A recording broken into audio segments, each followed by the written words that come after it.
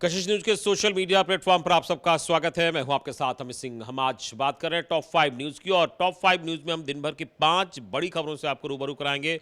और सबसे पहले हम बात करेंगे संसद के बजट सत्र की। तो संसद के बजट सत्र की शुरुआत आज से हो गई है, और आज ज्वाइंट सेशन में पहली बार राष्ट्रपति द्रौपदी मुर्मू ने संबोधित किया। और आपको बता दें कि 1 घंटे 2 मिनट तक चले अपने अभिभाषण में उन्होंने कहा कि भारत में मजबूत इच्छा शक्ति वाली सरकार है जो बिना डरे काम कर रही है। उसके लिए राष्ट्रपति ने सर्जिकल स्ट्राइक, आतंकवाद पर सख्ती, आर्टिकल 370 और 3 तलाक का हवाला दिया। मुर्मू ने सरकार को लगातार 2 बार मौका देने के लिए लोगों का आभार भी जताया। उन्होंने कहा कि हमें आत्मनिर्भर भारत बनाना है जहां गरीबी न हो और मध्यम वर्ग वैभव से युक्त हो। उन्होंने गरीबों को मुफ्त अनाज की स्कीम जारी रखने की बात कही, और साथ ही उन्होंने रेहड़ी वालों की बात की तो 11 करोड़ छोटे किसानों की मदद के लिए 2.25 लाख करोड़ रुपए की सम्मान निधि का जिक्र भी किया।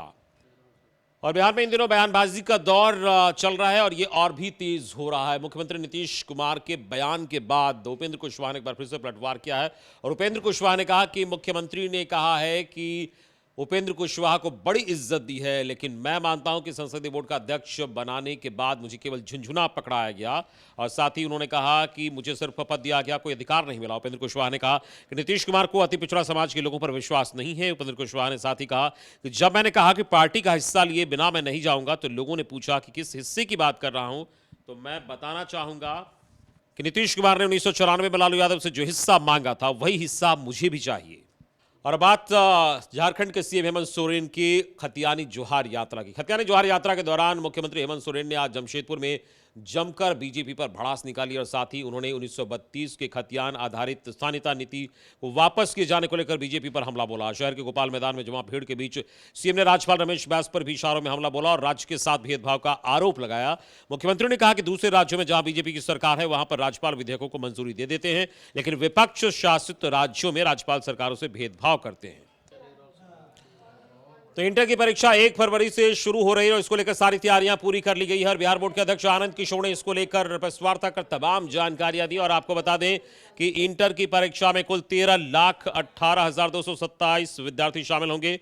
पटना जिले में कुल 80 परीक्षा केंद्र बने हैं। बिहार बोर्ड ने 2023 इंटर की परीक्षा के लिए समिति द्वारा सूचनाओं को जल्द आदान प्रदान के लिए बिहार बोर्ड की वार्षिक परीक्षा 2023 नाम से एक व्हाट्सएप ग्रुप भी बनाया है। सभी जिला पदाधिकारी, शिक्षा पदाधिकारी के साथ साथ बिहार विद्यालय परीक्षा समिति के वरीय पदाधिकारी को भी शामिल किया गया है।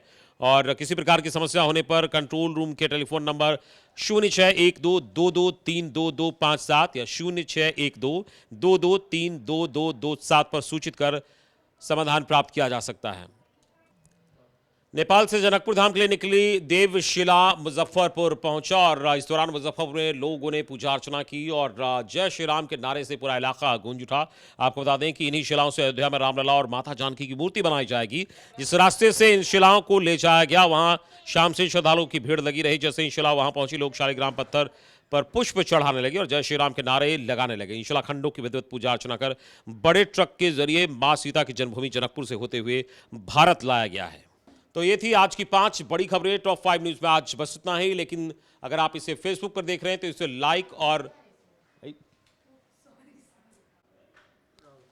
तो ये थी दिन भर की 5 बड़ी खबरें, और ऐसे ही खबरों को देखने के लिए आप कशिश न्यूज के सोशल मीडिया प्लेटफॉर्म से जुड़े रहिए। अगर आप इसे फेसबुक पर देख रहे हैं तो इसे लाइक और कमेंट कर दीजिए। अगर आप यूट्यूब पर देख रहे हैं तो लाइक और सब्सक्राइब जरूर कर दीजिए।